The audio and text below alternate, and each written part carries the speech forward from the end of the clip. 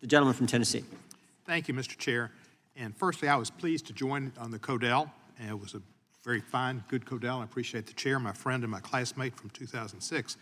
One of the things I found most heartening about the Codell, we had a tour of Parliament, and along with us were two conservative members who were, I think they were either in the House of Lords, maybe one was in the Lords and one was in the House of Commons, but they talked to us about Magna Carta and about how it's the basis of our laws, and there was a copy there and copies here and there and whatever, but how precious the Magna Carta is. And they suggested to us that a legislator, this was in the House of Lords where he spoke, that a legislator is not somebody who votes. A legislator's job is not just to vote. A legislator's job is to stand up to an out-of-control executive. Very telling for British Parliament members to instruct us on what we should be doing, and I thank him for that. I'm a strong supporter of free speech and always have been, but I find this hearing a bit disingenuous because of the problems we have here in America.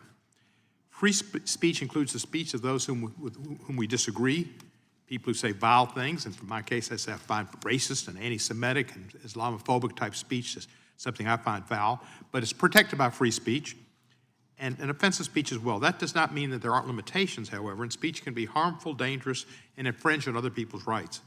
It isn't a free-for-all, though. And the U.S. in our First Amendment does not have a monopoly on what constitutes free speech.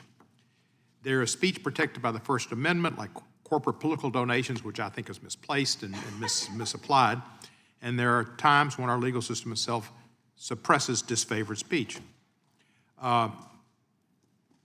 I passed the Speech Act in the 111th Congress. I think Mr. Issa was my co-sponsor, and it dealt with the fact that Britain is a favored nation for defamation actions, and it's easy to get a defamation judgment there.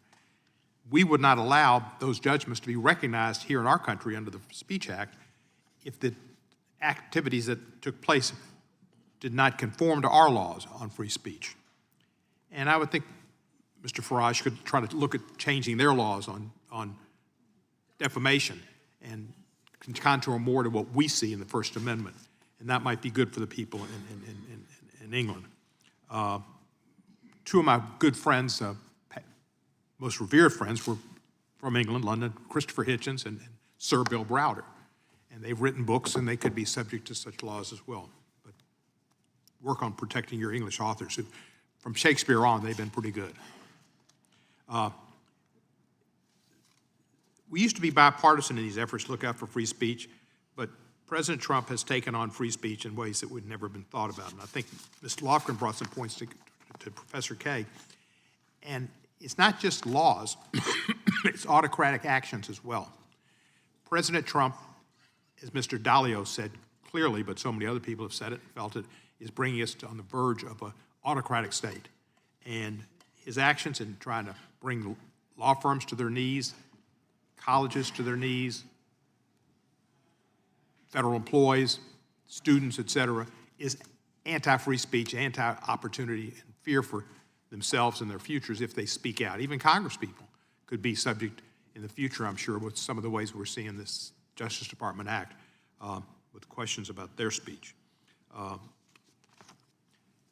Our president has sued every broadcasting company almost, and they've gone after CNN, they've gone after NBC, and they pick some of these fringe people to pick on the Ukrainian president about his attire.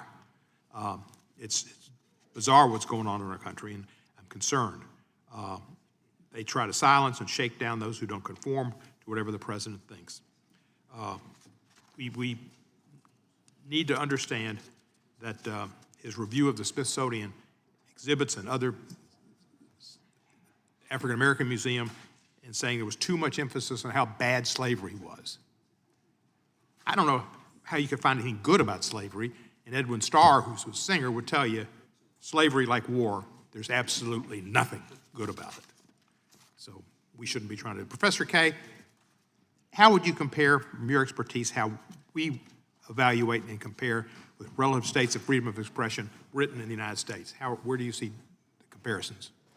Well, I think right now we're at a very dismal place in the United States. But I do think that it's also worth thinking a bit about some of the issues that Mr. Farage raised. So, for example, he mentioned the issue of a law against Islamophobia.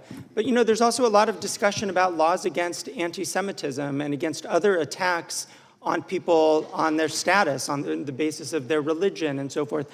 Those are actually valuable conversations to have. But you can't just sort of pick and choose which censorship or which restrictions are okay and which are not. You really need to have a general view as to what's appropriate. And I think, again, the chairman's point about censorship being a focus on criticism is the appropriate one.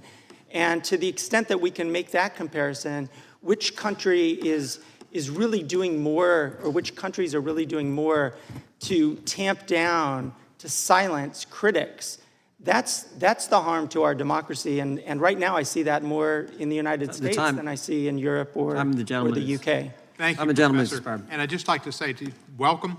I have a lot of British friends and respect for Britain. I have a great time when I'm there, but I'm happy we won the war. The gentleman yields back. Gentleman from Arizona is recognized.